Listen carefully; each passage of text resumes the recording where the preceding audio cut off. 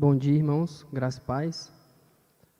Hoje vamos dar sequência, então, nos devocionais aqui em Gênesis. O pastor me desafiou a trazer o devocional de hoje. Eu aceitei, estou aqui tremendo um pouco agora, né? Mas espero que Deus fale ao coração dos irmãos, né? Que, de alguma maneira, possam sair daqui todos nós edificados com essa palavra. Amém? O texto hoje é em Gênesis, capítulo 26, versículos 34 e 35. É um texto aqui que retrata os casamentos de Esaú. E diz assim: Tinha Esaú 40 anos de idade, quando escolheu por mulher a Judite, filha de Beri, o Hitita, e também a Basimate, filha de Elon, o Hitita.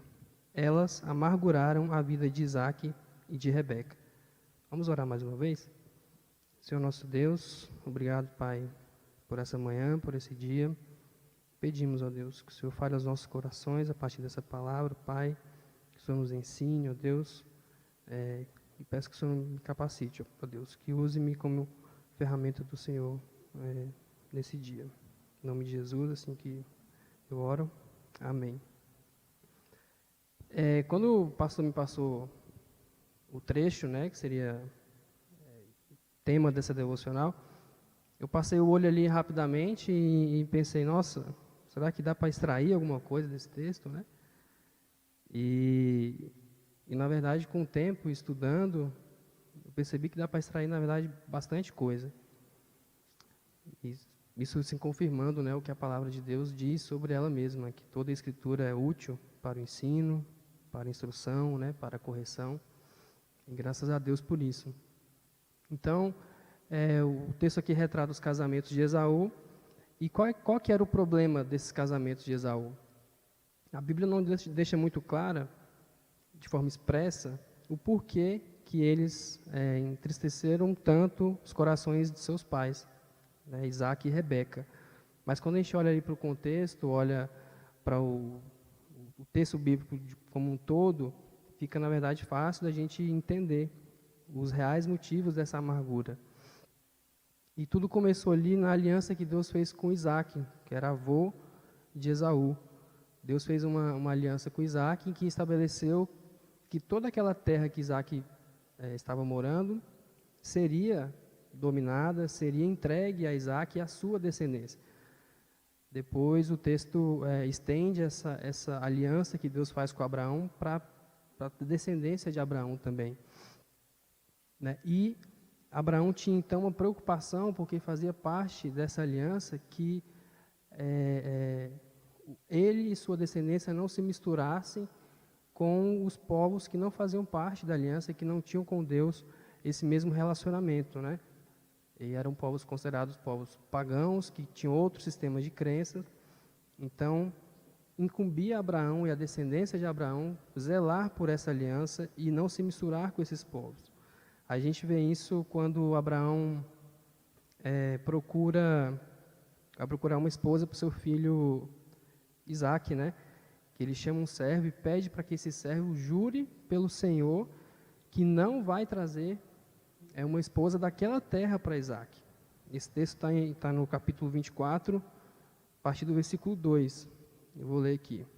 Disse ele, Abraão, ao servo mais velho de sua casa, que era responsável por tudo quanto tinha: Põe a mão debaixo da minha coxa e jure pelo Senhor, o Deus dos céus e o Deus da terra, que não buscará mulher para o meu filho entre as filhas dos cananeus, no meio dos quais estou vivendo. Mas irá à minha terra e buscará entre os meus parentes uma mulher para o meu filho Isaque. Então a gente vê aqui a preocupação de Abraão, né, pelo zelo por essa aliança, como ele tinha essa ideia de que a sua descendência não se misturasse com povos pagãos, povos que não tinham o mesmo sistema de crença dele. E esse foi o grande problema dos casamentos de Esaú, porque ele, como neto de Abraão, filho de Isaque, ele conhecia a aliança. Ele certamente sabia dessa regra que foi imposta pelo próprio Deus. E o que ele faz? Ele vai e se casa com mulheres cananeias, com duas mulheres que tinham crenças diferentes da crença de sua família, transgredindo assim, né, a ordem direta de Deus, transgredindo a vontade de seus pais, que era baseada na vontade de Deus, e mais uma vez desprezando toda a tradição, todos os costumes da sua família. E aí por que ele faz isso? Aí a Bíblia também não traz expressamente as razões, né, por que Esaú, sabendo disso, ainda assim comete esse ato. Mas quando a gente olha também para a vida de Esaú, dá para a gente extrair algumas coisas. Esaú, ele sempre foi uma pessoa, um filho, né, um sujeito inconsequente, que desprezava mesmo algumas coisas importantes. Então foi assim como, momentos antes, ele trocou o seu direito de primogênito, vendeu, na verdade, né, o seu direito de primogênito para o seu irmão, em troca de um simples prato de comida. O pastor Sidney trouxe o devocional sobre essa passagem para nós. Hebreus 12, 16 vai descrever Esaú como imoral e profano. Diz assim: não haja nenhum imoral ou profano como Esaú, que por uma única refeição vendeu seus direitos de herança como filho mais velho. Então Esaú, ele era assim, né? Ele profanava, que é o quê? Você tornar comum, é você banalizar coisas importantes, coisas sagradas, temas importantes para Deus. Então, da mesma forma como ele banalizou o seu direito de primogênito e depois lá na frente até se arrependeu, ele casou-se com mulheres cananeias que não partilhavam da mesma crença que a sua família, mais uma vez sendo inconsequente, mais uma vez desrespeitando a Deus, mais uma vez sendo profano. Então esse é um dos motivos. Outra razão que a gente pode, que o texto dá margem para a gente concluir, é que ele estabeleceu ali desde cedo, a Bíblia também relata, né, uma competição com seu irmão, que segundo a Bíblia vinha de dentro do ventre da sua mãe, eles eram irmãos gêmeos, né? Então desde o ventre da mãe de Rebeca, que ele tinha essa competição com o seu irmão Jacó, e chega ao ponto de, lá na frente, ele sentir ódio pelo seu irmão e desejar matá-lo. Jacó precisa então até fugir daquela terra, fugindo desse intuito do seu irmão. Então a gente pode entender que ele, conhecendo os termos da aliança, conhecendo os termos da promessa de Deus para a sua família, e agindo dessa maneira, pode ter sido também por mero ressentimento, mera vontade de querer provocar os seus pais, provocar o seu irmão, já que ele tinha perdido, né, entre aspas, que ele vendeu o seu direito de primogenitura. E depois ele se mostra muito ressentido por esse fato. Então essas são as razões de por que Esaú escolhe essas mulheres para se casar. Motivos pecaminosos, motivos mesquinhos. Né? E quais as consequências desse ato de Esaú? Aí aqui a Bíblia já é expressa, né? Ela mostra que as mulheres escolhidas por Esaú amargaram a vida de Isaac e de Rebeca, que eram os pais de Esaú. E lá na frente, um pouco depois, quando Rebeca vai conversar com Isaac sobre a esposa agora de Jacó, ela revela como que ela estava afetada por essa escolha de Esaú. Em Gênesis capítulo 27, 46, diz assim: então Rebeca disse a Isaac: estou desgostosa da vida por causa dessas mulheres hititas. Se Jacó escolher esposa entre as mulheres desta terra, entre as mulheres hititas como estas, perderei a razão de viver. Então a gente vê como que ela estava ali em sofrimento, como que a harmonia familiar estava completamente perturbada, né? Por conta desse casamento, desses dois casamentos de Esaú. Ela relata que estava desgostosa com a própria vida e que se o irmão dele, Jacó, também escolhesse uma mulher daquela terra, ela perderia a razão de viver. Então olha as consequências que o ato de Esaú trouxe não só para ele, porque certamente foram consequências que atingiram, né, a sua vida, o seu seio familiar, mas para todos ali que estavam ao seu redor.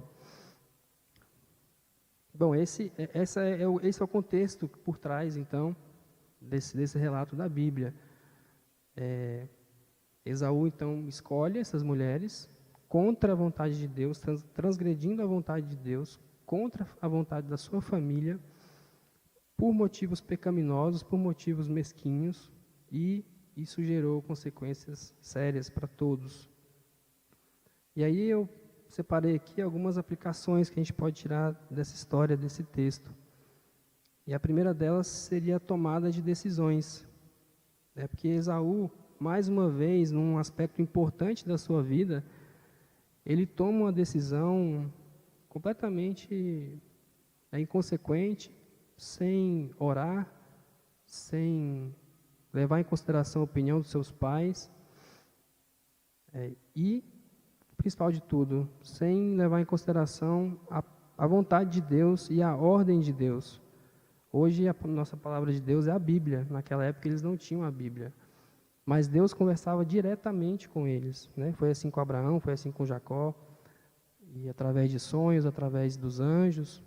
E Deus tinha falado diretamente com Abraão, tinha dado a ordem direta a Abraão.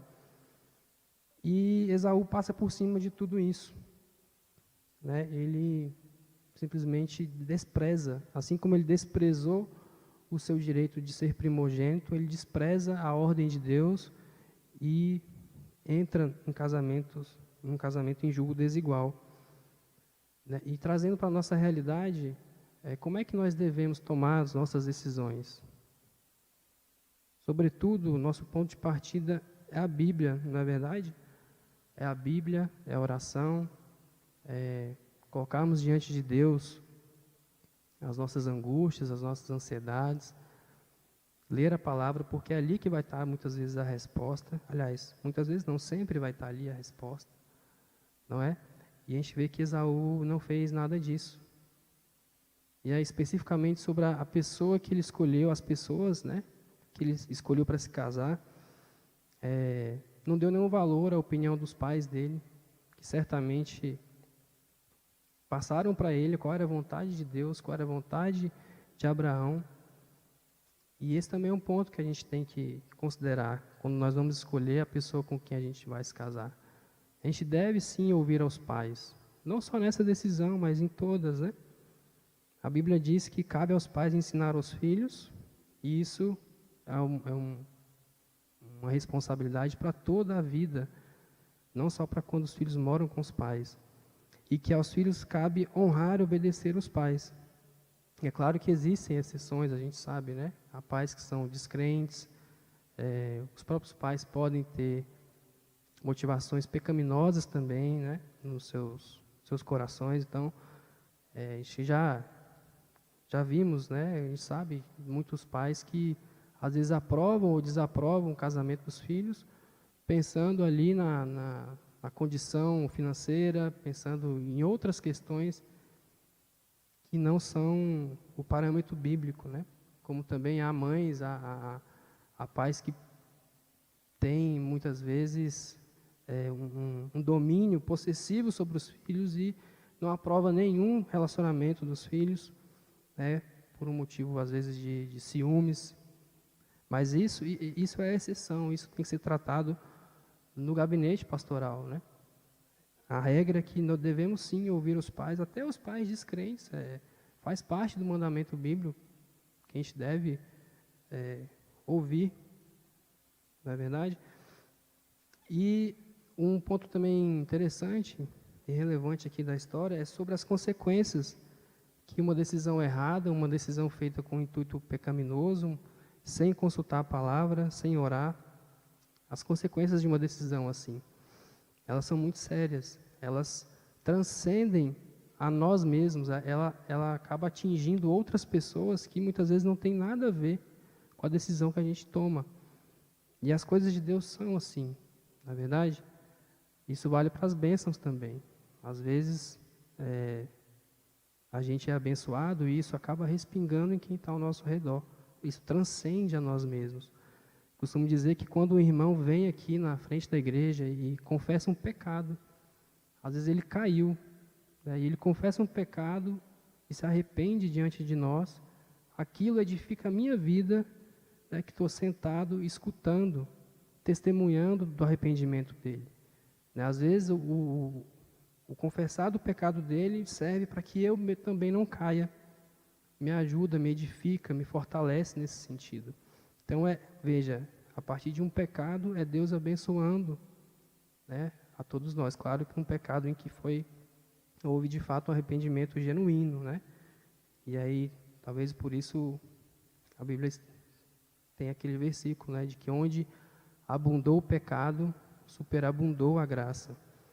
E o mesmo acontece para o lado negativo, quando nós, infelizmente por isso, tomamos decisões com base no pecado, as consequências vêm e atingem não só a nós.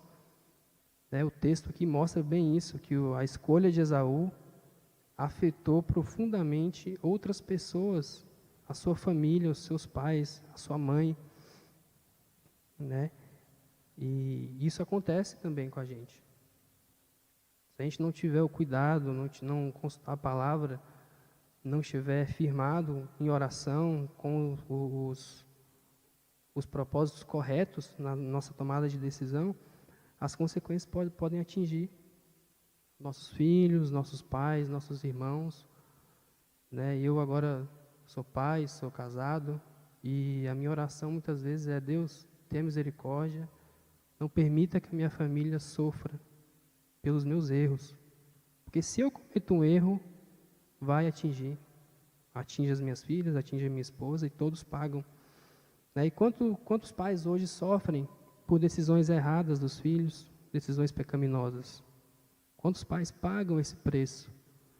Quantos pais têm hoje, por exemplo, que criar os netos, não por uma razão de doença, por uma razão de falecimento, mas por uma atitude inconsequente, pecaminosa dos filhos?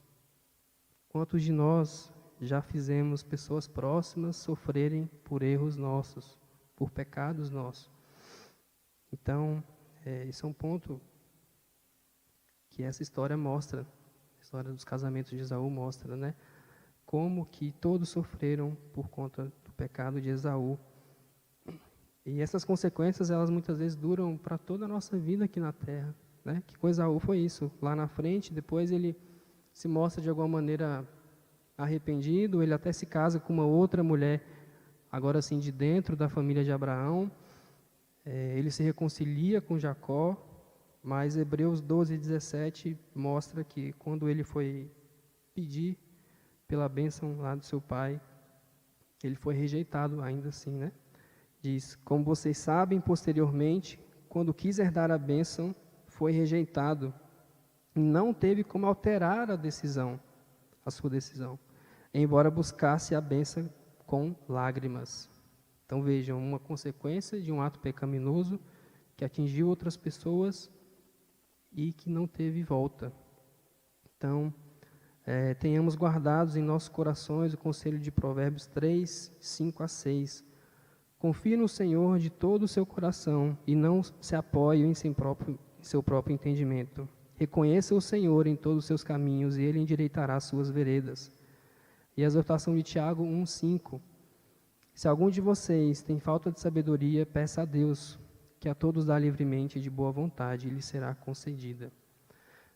Uma segunda aplicação que a gente pode tirar do texto é o julgo desigual, que na verdade foi a raiz de todo o problema dos casamentos de Esaú. Esaú, quando se casa com essas mulheres cananeias, ele traz para dentro do seu seio familiar pessoas com tradições e princípios estranhos à sua família, às de sua família. Estranhos à família, aos princípios de Abraão, que tinha estabelecido aliança com Deus. E essa foi a raiz de todo o problema, porque a própria Bíblia nos ensina, nos diz que não há como trevas conviverem com luz.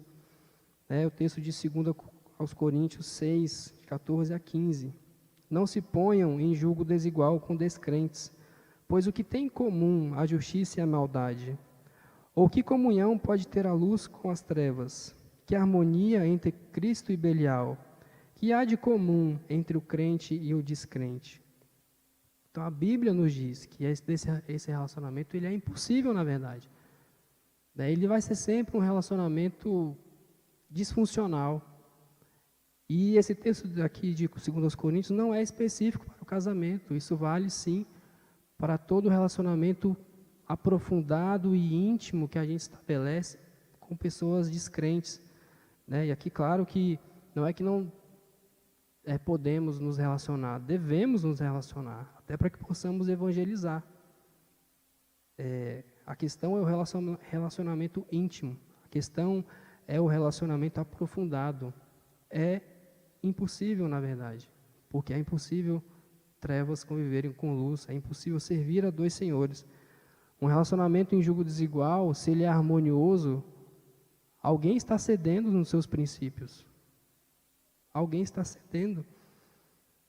Eu tenho alguns amigos do trabalho, do mundo, e o que eu sempre digo é que é sempre uma relação de amizade limitada. Chega num determinado ponto que, se eu avançar, eu vou estar negociando os meus princípios. Então, não é uma amizade plena. Porque não tem como eu pedir um conselho sobre casamento, por exemplo, para um amigo descrente. Sobre criação de filhos. Ele não entende o que é o pecado. Ele não entende a dimensão que é o perdão. Ele não vai entender que eu preciso perdoar porque primeiro eu fui perdoado por Cristo. Então, como é que ele vai me dar um conselho correto? Não tem como. Ele nem vai me conhecer, na verdade, profundamente, porque se, como a gente cantou aqui, na música que a Thaís trouxe, se quando eu entrego a minha vida a Cristo, eu recebo um coração diferente, eu passo a ter outro sistema de crença, eu passo a valorizar outras coisas que são essenciais para mim, como é que esse meu amigo ou a minha esposa descrente vai me entender? Ela sequer vai conseguir conhecer quem você é, não é? Então, esse foi o problema aqui dos casamentos de Esaú, e devemos ter cuidado com isso, irmãos. Devemos ter cuidado com os nossos relacionamentos, com quem estamos estabelecendo relações profundas, íntimas, porque a Bíblia diz que não é possível, não é? Num casamento isso é muito mais grave, porque é a relação mais íntima que a gente pode ter aqui. Então, por exemplo, como é que vai se dar a criação dos filhos? Com que princípios isso vai ser, essa criação vai acontecer? Como é que vai ser tratado o pecado no momento de crise? Porque para nós que somos casados, no momento de crise a gente usa o quê? A palavra de Deus, não é? E se o outro cônjuge não acredita? Como é que isso vai ser resolvido? Então a verdade é que não tem como, até o palavreado fica complicado, irmãos? Conviver com pessoas descrentes, até o palavreado é complicado, é um problema. E nessa relação, quem tem a perder somos nós. É o crente que tem a perder. Primeiro porque não é necessário que a gente estabeleça uma relação profunda para conseguir evangelizar alguém. Não é com a condição necessária. E segundo, que nós já temos a nossa própria luta, nós já temos a nossa própria caminhada em busca da santificação. Então, quando nós nos associamos com uma pessoa assim descrente, nós só temos a perder. Nós só temos a ser atrapalhados nisso tudo. É muito mais fácil o crente começar a falar palavrão do que o descrente deixar de falar. Então, um ponto também que podemos extrair. E o terceiro ponto e último diz respeito à harmonia familiar, que a Bíblia retrata ali a partir dessas escolhas de Esaú. Além dessa questão envolvendo o jugo desigual e a tomada de decisão inconsequente, profana de Esaú, há um relato em Gênesis 27, 46, sobre como estava se sentindo Rebeca. Então, A gente consegue extrair dali que, além disso tudo, a própria relação íntima, pessoal dela com suas noras foi profundamente abalada. Né? Ela disse que estava desgostosa de viver. E aqui a gente extrai justamente isso sobre os conflitos familiares, que é muito comum, e a família é sim um lugar propício para conflitos, justamente porque se nós somos pecadores e a família é o lugar que a gente mais convive com outros semelhantes, é onde esse convívio é mais intenso, o resultado é o conflito, não é? E a família de Isaac era marcada por conflitos desse tipo, Isaac e Rebeca. Mas a Bíblia também nos traz os parâmetros de como devemos nos relacionar com o próximo, especialmente, sobretudo, dentro da nossa família. Devemos ser pessoas mansas, pessoas pacificadoras, pessoas que suportam umas às outras. Esse é o padrão da Bíblia. Colossenses 3, 12 a 14 diz: portanto, como povo escolhido de Deus, santo e amado, revistam-se de profunda compaixão, bondade, humildade, mansidão e paciência. Suportem-se uns aos outros e perdoem as queixas que tiverem uns contra os outros. Perdoem como o Senhor lhes perdoou. Acima de tudo, porém, revistam-se do amor, que é o elo perfeito.